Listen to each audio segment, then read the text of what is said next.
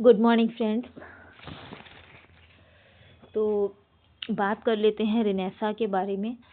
अभी renaissance time period में कुछ चीज़ें रह गई हैं। मैंने आपको लास्ट रिनेसा मूवमेंट के बारे में बताया था एंड काफ़ी सारी चीज़ें मैंने आपको रिनेसा के बारे में बता दी हैं। आई थिंक 2 वीडियो मैं डाल चुकी हूँ, ठीक है, रिनेसा के बारे में जो चीज़ें इम्पॉर्टेंट हैं।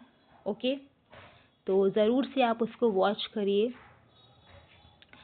एंड आज जो लिखा है रिनेसा के बारे में, रिनेसा इन इंग्लैंड, ठीक है, 1550 से 1660 माना जाता है रिनेसा इंग्लैंड में, ठीक है। जैसे कि रिनेसा इन इंग्लैंड इसमें लिखा है 1550, वही इसका टाइम पीरियड 1500 से 1660 तक माना जाता है, ठीक है। एक फ्रेंच वर्ड है, ये तो हम बात कर चुके हैं कि ये कैसा वर्ड है। ये एक फ्रेंच वर्ड है, ठीक है, ये एक फ्रेंच वर्ड है, ये हम देख चुके हैं। ओके, एक सेकेंड।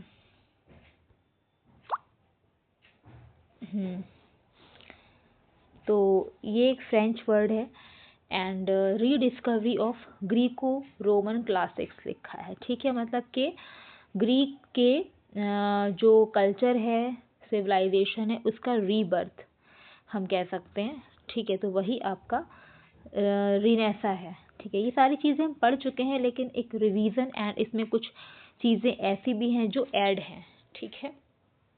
तो जो आपने पहले नहीं नोट करी हैं, जो मैंने पहले आपको नहीं एक्सप्लेन की हैं, इसमें आपको वो भी मिलेंगी। तो rediscovery of Greco Roman classics, और इसमें क्या रहा, growth of vernacular literature under the influence of दांते, पेटार्क, बकैसियो। वर्नैकुलर लिटरेचर का ग्रोथ होता है यहाँ पर, किसके इन्फ्लुएंस में होता है, इन्फ्लुएंस लिखा है ये, ठीक है, दांते, पेटार्क एंड बकैसियो के इसमें होता है।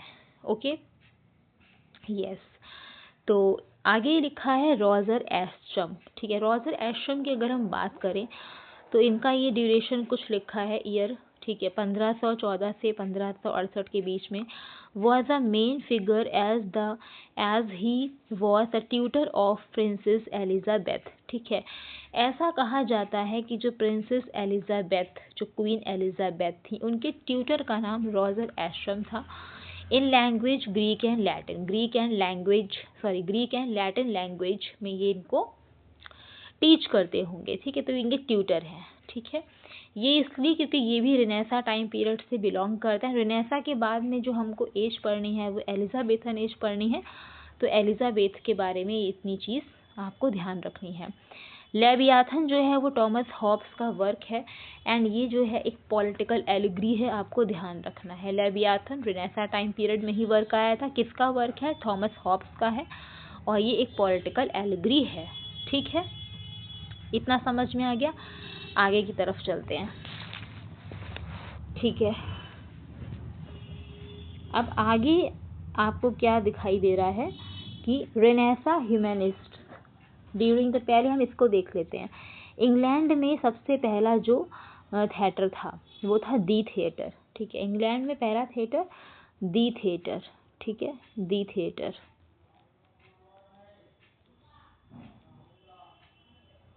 इंग्लैंड में पहला थिएटर था दी थिएटर एंड ये 1576 में इस्टेब्लिश हुआ, बिल्ट हुआ। एंड जो पहला कैरेक्टर हुआ है ना थिएटर में, कोई पहला ऐसा कैरेक्टर भी तो होगा ना जिसने वहाँ पर प्ले किया होगा, तो उसका नाम है थेस्टिस। ओके फ्रेंड्स, याद रखिएगा। And renaissance humanist during this period, अब रिनेसा ह्यूमनिस्ट के बारे में बताया है, इस पीरियड के दौरान रिनेसा ह्यूमनिस्ट के बारे में बताया है।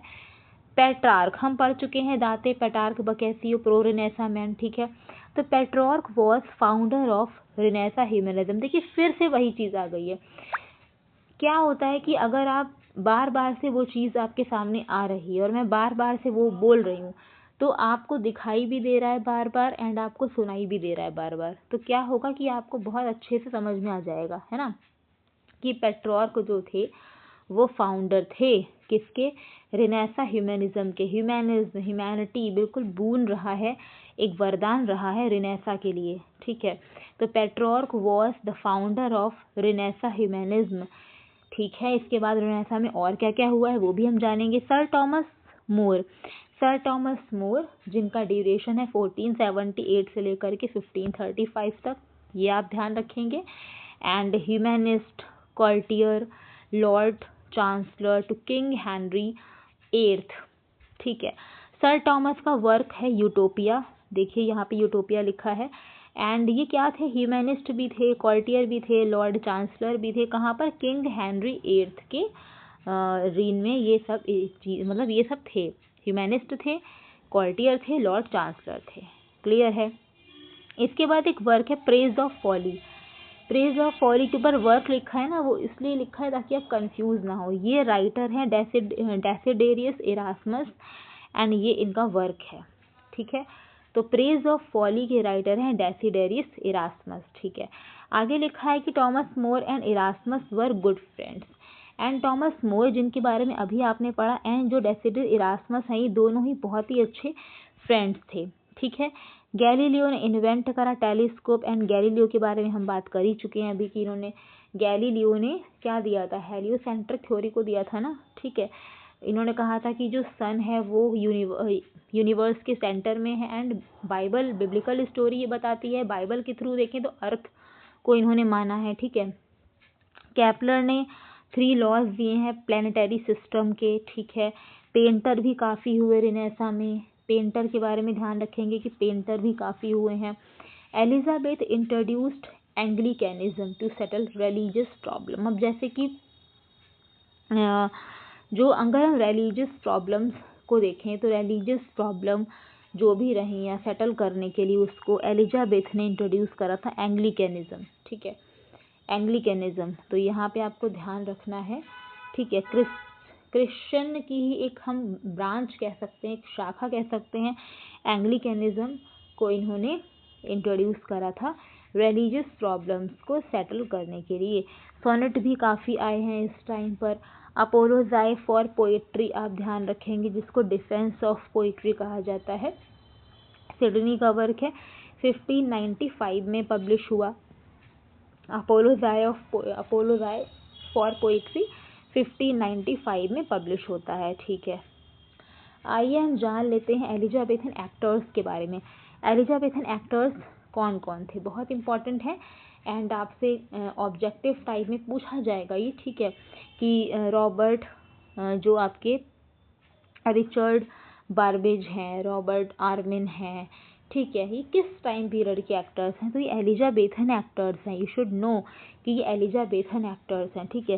जैसे कि Richard Burbage, Edward Alleyn, Robert Armin, William Kemp, okay, Nathan Field, Henry Condell, okay, William Shakespeare, खुद एक राइटर, पोएट, ड्रामाटिस्ट तो हैं ही, एक एक्टर भी है, एक्टिंग भी करते थे ये, जॉन हेमिंगिस, ठीक है। तो ये सारे जो थे एलिजाबेथन एक्टर थे, ये आपको पता होने चाहिए।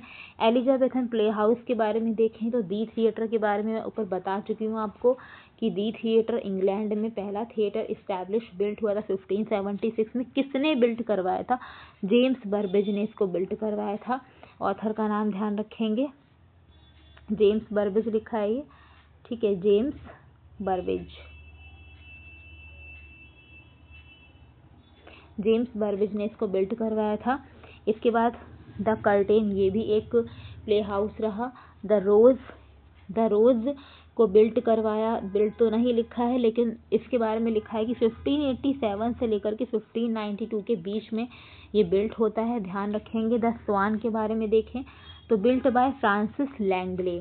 जो स्वान है, द स्वान, ठीक है, द स्वान जो है एलिजाबेथन प्ले हाउस हम थिएटर कह सकते हैं, द स्वान को बिल्ट करवाया था 1595 में फ्रांसिस लैंगले ने, याद रखिएगा, फ्रांसिस लैंगले ने।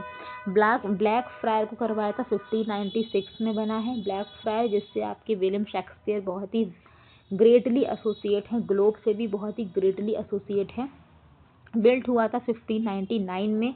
एंड बर्न कब हुआ है, द ग्लोब बर्न हुआ है, बहुत इंपॉर्टेंट है, बहुत ही ज़्यादा इंपॉर्टेंट है। बर्न कब हुआ है, 29 जून 1613 में। एंड रीबिल्ट कब हुआ है, ठीक है, रीबिल्ट कब हुआ है, रीबिल्ट हुआ है 1614 में। रीबिल्ट हुआ है 1614 में, ठीक है, जो ग्लोब है।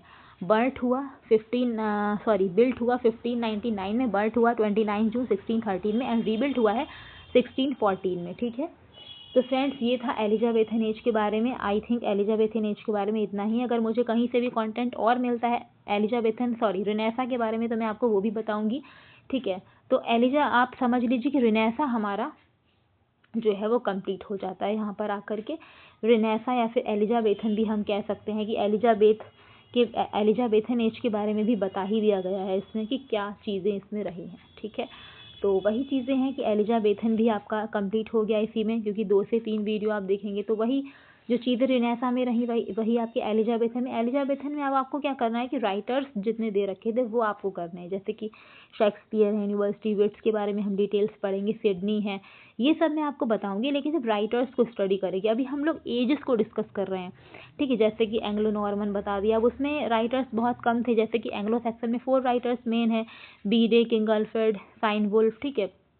एंड आपके मिडिल इंग्लिश में गोफ्री चौसर, जॉन गोवर के बारे में बताया था आपको, ठीक है। वाइक्लिफ के बारे में इतना कुछ नहीं है, बाइबल से आपको कनेक्ट करके पढ़ना है। And father of English pros Wycliffe कहे जाते हैं, ठीक है। तो एलिजाबेथन एज से देखें तो बहुत ही ज़्यादा राइटर्स हैं एंड इनके बारे में हमें जानना भी है और डिटेल में जानना है, ठीक है। तो इसीलिए मैं आपसे बोल रही हूँ कि इसके तो देखा जाए तो आपका एलिजाबेथन एज भी आपका लगभग क्लियर ही हो गया है, ठीक है। एंड देखेंगे अगर एलिजाबेथन एज से रिलेटेड कुछ और इन्फॉर्मेशन मिलती है तो मैं आपको ज़रूर प्रोवाइड करवाऊंगी एंड मैं आपसे ज़रूर डिस्कस करूंगी फ्रेंड्स, ओके। तो आज के लिए इतना ही है, पढ़ते रहिए एंड इसको आपने नोट आई होप किया होगा, नोट कर लीजिएगा, ठीक है, बहुत इंपॉर्टेंट है। एंड इसको ज़्यादा से ज़्यादा शेयर करिए, लाइक करिए एंड कमेंट्स आप लोग नहीं करते हैं, कमेंट्स कर दिया करिए। मेहनत लगती है यार इतना बनाने में और देखने में कहाँ कहाँ पे है, समझाने में, इसको एक्सप्लेन करने में, ठीक है। तो एंड मैं बिल्कुल सीरीज से पढ़ा रही हूँ आपको, ठीक है। एंड जो भी इम्पॉर्टेंट है वो मैं आपको दे रही हूँ, पढ़ा रही हूँ, ठीक है। एंड बस यही है कि लाइक कर दिया करें एंड आप शेयर कर दें। एंड अगर आपने चैनल को सब्सक्राइब नहीं किया है तो आप चैनल को सब्सक्राइब कर लें, ओके। तो मिलते हैं next, bye bye, thank you so much.